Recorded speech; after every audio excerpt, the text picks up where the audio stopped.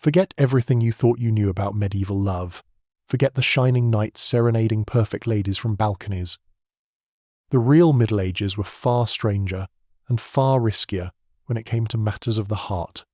Love could inspire poetry, yes, but it could also spark wars, topple kingdoms, or ruin lives in the most brutal ways imaginable. That's the thing about passion in a world ruled by strict duty and faith. It wasn't just personal, it was political. And when people broke the rules when they reached across the lines of marriage, honour, or church law, they weren't just risking heartbreak, they were risking their lives. Tonight, we're diving into the forbidden medieval love stories that shook thrones, shocked priests, and still echo in our imagination centuries later. Among the most famous forbidden romances of the medieval imagination is the tale of Queen Guinevere and Sir Lancelot. Now, you've probably heard of them through Arthurian legend, but let's strip away the fairy tale sheen for a moment. At its core, this was a story about betrayal, loyalty, and the terrifying power of love to wreck even the strongest of kingdoms. Guinevere was the Queen of Camelot, married to the legendary King Arthur. Lancelot was Arthur's greatest knight, the man who embodied courage, loyalty, and honour. And yet, in nearly every version of the legend, those very qualities are undone by one dangerous truth. He loved the king's wife. Imagine if the president's most trusted general fell in love with the first lady.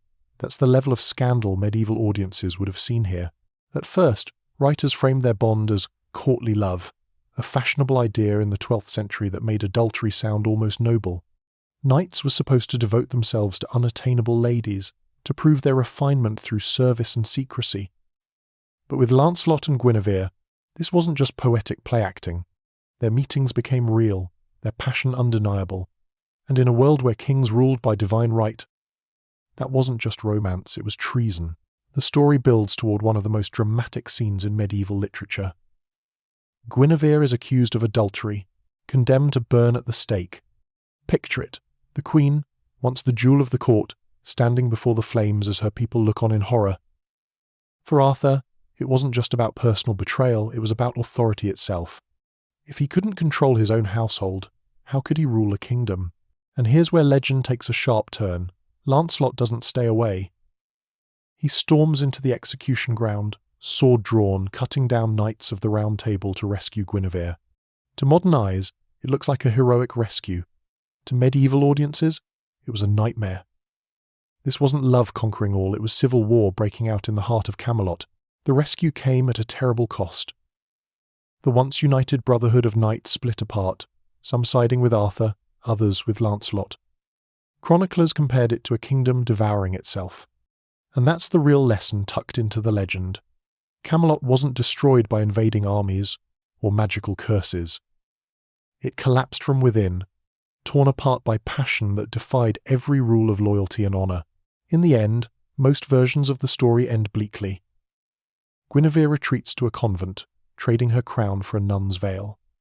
Lancelot lives in exile, haunted by his choices, and Arthur himself falls in battle, his dream of a perfect kingdom shattered. But here's the part that makes it timeless. When you peel away the armour and the legends, what you're left with isn't a fairy tale at all. It's a very human story, two people who couldn't stop themselves, even when everything was at stake. And maybe that's why, 9 centuries later, we're still telling it. If Guinevere and Lancelot belong to the world of legend, Abelard and Heloise pull us straight into reality, raw, documented, and heartbreakingly human. Their story comes not from myths, but from letters, still preserved almost 900 years later, and when you read them, they don't sound medieval at all. They sound modern, emotional, fiery, sometimes shockingly intimate.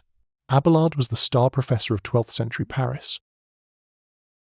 Picture a celebrity intellectual, surrounded by students who adored his charisma as much as his philosophy. Heloise was one of the brightest young minds of her generation, already known for her learning in Latin, Greek, even Hebrew. When Abelard became her tutor, it was more than just lessons. Their intellectual connection ignited into something dangerous, passion. At first, it was whispers, late-night meetings, too much closeness during lessons, but soon the truth could no longer be hidden. Heloise became pregnant, a scandal that rocked not only her family but Parisian society itself. In a world where honour meant everything, this was an earthquake. Abelard tried to protect her by sending her to a convent, but that only deepened the drama.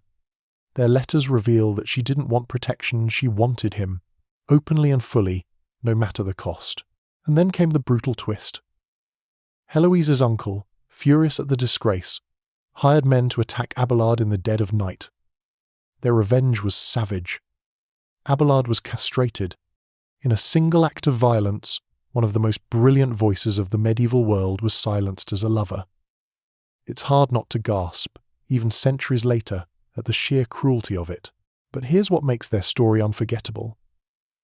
They didn't simply vanish into tragedy. Abelard retreated into monastic life. Heloise became a nun, but they never stopped writing to each other. Their letters are raw confessions, Abelard torn between guilt and longing, Heloise refusing to pretend she ever stopped loving him. At one point she admits, almost defiantly, that passion still outweighed piety in her heart. For a medieval nun to say that on parchment? That's astonishing. Scholars call their correspondence the most passionate voices of the Middle Ages. But to me, it's proof that beneath the layers of ritual and religion, medieval people felt as deeply, messily, and dangerously as we do. Forget the image of distant monks and silent cloisters. In those letters, you hear two human beings who risked everything for love and paid the price, but kept their voices alive for us to read nearly 1,000 years later.